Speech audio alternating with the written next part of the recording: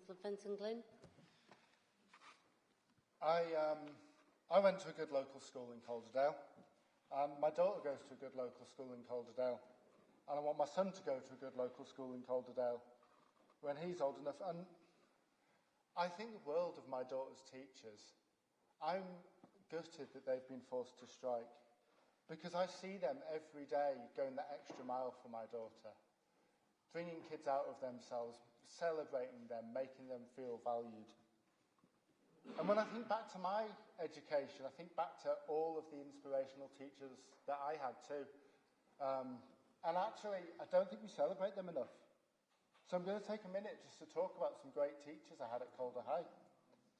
I had Mrs. Tidswell, who was the dyslexia specialist, who went the extra hour helping me with my exams because I needed extra time. I had Mrs. Todd, the debating coach, who a few people in this room might want words with, but, you know, spending hours and hours taking us around the country competing. And Mr. Kitely, my history teacher, I actually met Mr. Kitely in a local coffee shop the other day, and I mentioned him because he was phenomenal. He had a mixed ability class with some really challenging pupils, and he got 100% A star to B pass rate. And he did it through cajoling, through occasionally bullying, the odd theatrical trick. I remember once he sat in front of us reading the paper and said in his gruff Australian accent, "Well, if you can't be bothered to learn, I can't be bothered to teach you." We all learned that lesson. And I was talking to him in the coffee shop, and I said something about taking my family to Whitby, and he looked at me and said, "And if it finishes in BY, what kind of settlement is it?" Viking. Saxon. Oh. He was... and you know what? I got that wrong, and the look of disappointment in his face was absolutely gutting. It's 20 years later, I'm still scared of Mr. Kitely. But you know what?